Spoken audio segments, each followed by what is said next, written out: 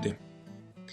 Nel video precedente non vi ho parlato di un modo utile e interessante per nascondere e scoprire colonne o righe in un foglio di calcolo.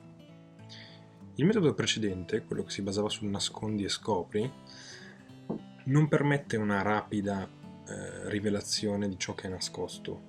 È un po' macchinoso, bisogna andare, selezionare, cliccare su scopri.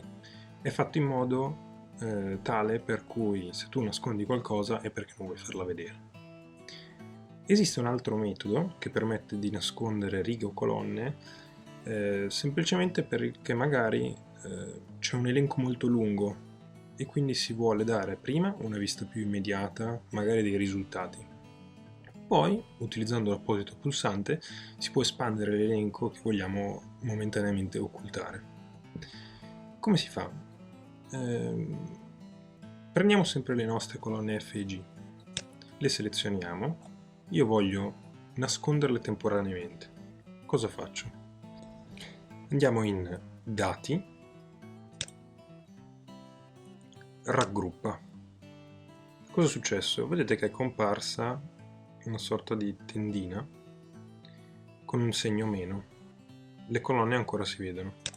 Se schiaccio su il meno, le colonne scompaiono. Però io vedo questo tastino, col simbolo di più, che mi dice: ehi, guarda che ci sono delle colonne nascoste o raggruppate, clicca sul più per rivederle. Se io clicco sul più, le colonne ricompaiono.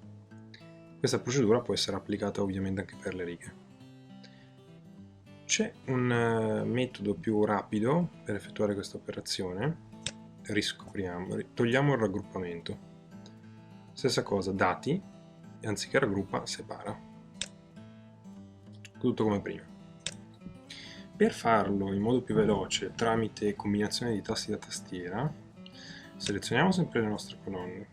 Bisogna premere in sequenza Shift, Alt, freccino di destra per raggrupparle, freccina di sinistra per separarle. Proviamo.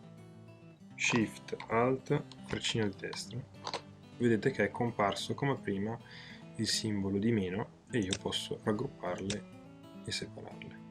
Per togliere la possibilità di raggrupparle e separarle, come prima seleziono le colonne, stessa procedura ma con il cambio di freccia. Shift, Alt, freccina di sinistra. Tutto come prima. Molto semplice, molto rapido. Vi consiglio l'utilizzo di questa tecnica quando appunto ci sono magari elenchi numerosi di dati oppure colonne che possono interessare ad alcuni o non interessare ad altri. A quel punto si raggruppa e si mostrano solo quelle più importanti. Ciao a tutti!